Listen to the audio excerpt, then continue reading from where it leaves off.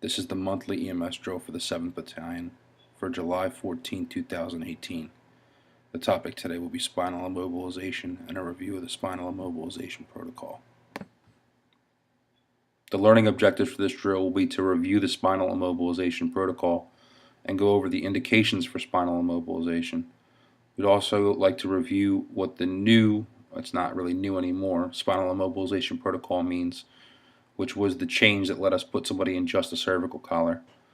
The patient who needs a backboard versus the patient who needs a cervical collar. And also at the end, we're going to review the indications to refer one to an adult specialty spinal center. So I inappropriately called this the spinal immobilization protocol. It's actually in the protocol book as the spinal protection protocol. It's protocol AAA in the trauma protocols, page 167. However, there really isn't a huge need to follow along as I'm going to be kind of going word for word from the protocol. The protocol refers to spinal protection as the overall strategy of protecting the spine, and spinal immobilization is one of those tools you can use to achieve that goal. Spinal protection is defined as the act of protecting the spinal cord from further injury, and spinal immobilization is the act of placing a patient on a backboard with a cervical collar for the purposes of trying to prevent excessive movement of the spinal column. That is going to be a little different than just placing the patient in a cervical collar at a 30-degree angle, which we'll go over in a second. When we discuss the indications for spinal immobilization, it's important to remember that blunt trauma with a high energy mechanism is the main overall indication. And then you need one of the other indications, but you always need blunt trauma with high energy mechanism of injury. Blunt isn't penetrating, and the protocols, if you look at page Y, which is 163, it actually specifically says that you're not supposed to use spinal immobilization for patients with isolated penetrating trauma. So if the only thing wrong with them is a stab or a gunshot wound or they stepped on their pitchfork, since we're in the 7th Battalion, they don't need spinal immobilization. But if they crash their tractor into the barn, they do need spinal immobilization because that's blunt trauma with the high energy mechanism of injury. So now we have a patient who we know has a blunt trauma with a high energy mechanism of injury that potentially could cause a spinal cord injury or vertebral instability. And now that we know all this, we know that they need one other thing in addition to that, and that could be midline spinal pain, essentially back pain. Notice it doesn't say neck pain, just back pain. A lot of people confuse neck pain with back pain as an indication, and it's specifically word for word out of the protocol, midline spinal pain.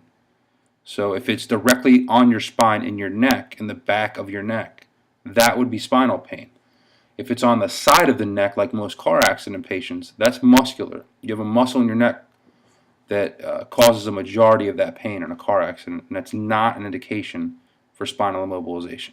It's only midline pain.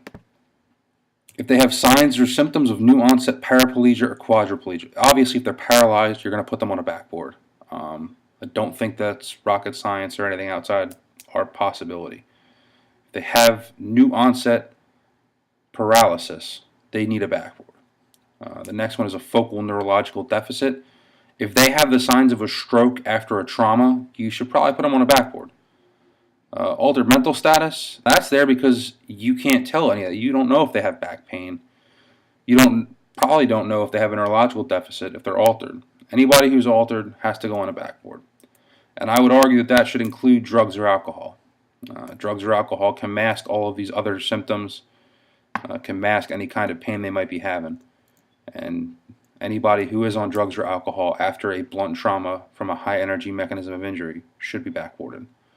And the final one is a distracting injury.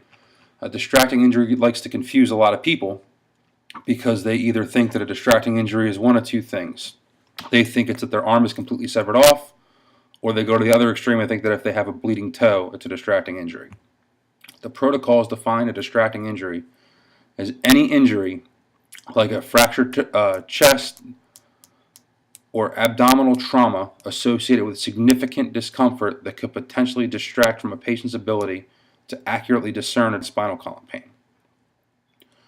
So a broken bone would take away their ability to feel back pain. Chest or abdominal trauma might take away from their ability to feel back pain. Now you're going to say, well, what if they're shot in the chest? You said penis trauma doesn't count, but now you're telling me if they have the distracting injury, I should board them anyway. Well, yeah, but this is also in the face of blunt trauma. So if they were shot in the chest and then drove into a wall in their car, okay, yeah, that's blunt trauma on top of the distracting injury. But remember that gunshot wound or stab wound is a penetrating injury, and you still have to have some type of blunt trauma.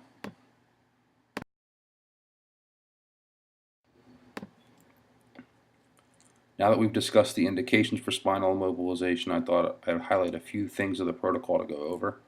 The first is that any patient who meets the indications for the protocol has to have manual inline stabilization and the application of a correctly sized cervical collar. Remember, that means that you have to hold their spinal stabilization manually until they're fully secured to the board, including the head rolls and the tape around their head. And that's something we probably don't do as often as we should. The next is to minimize flexion, extension, and rotation of the spinal column. And that's simply saying to move them as little as possible when you can. And the last is the patients who meet the spinal protection protocol with a neurological deficit or who can't walk shall be immobilized with a cervical collar and backboard. This one's probably self-explanatory regarding the neurological deficit, but just a reminder that anybody who can't walk on their own is supposed to be immobilized if they've met the indications for the protocol. And that includes a backboard, not just the cervical collar. So a cervical collar versus a backboard, this is pulled directly from the protocol. It says the following patients only need application of a cervical collar and do not need to be placed in immobilization. And this is a majority of our patients that we see. Patients who are found by EMS standing or ambulatory, again that's probably 90% of the car accidents we run. Patients who have a GCS of 15 and are able to safely extricate themselves from the environment without gross movement. And patients who do not have a neurological deficit. If somebody has the same signs you would see in a stroke after a car accident, again, they probably need a backboard. So these are just a few notes about patients who you've decided to put only a cervical collar on, as opposed to the full cervical collar and backboard. Patients who get just a cervical collar should be assisted with the stretcher with minimal movement, and that's referenced a few times in the protocol. The patient should be laid supine on the stretcher according to the protocol, and then the stretcher head should be elevated to 30 degrees.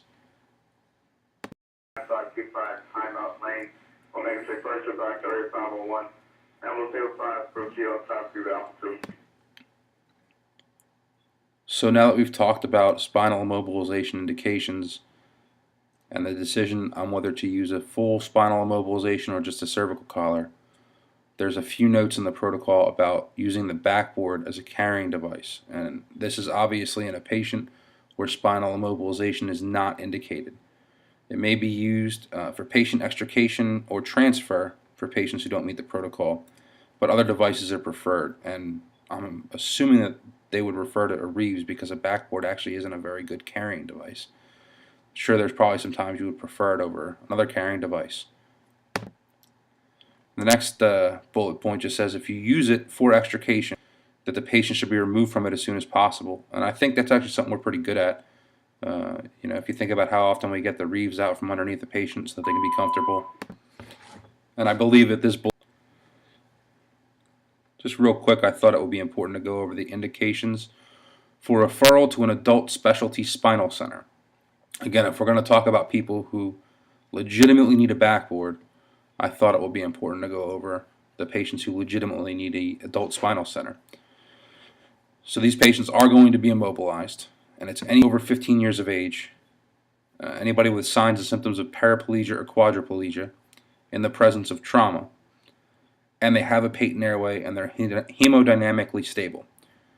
And if you just pull through this a little bit, it pretty much says anybody who's paralyzed who can safely make it to a specialty center should go to a specialty center.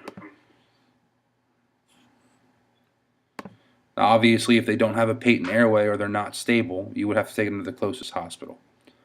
It also asks that if you're considering a specialty spinal center, that you consult with both the nearest trauma center and the spinal specialty. 7521 Allendale Drive, service call 530 304, engine injury 3, proceed outside, altitude.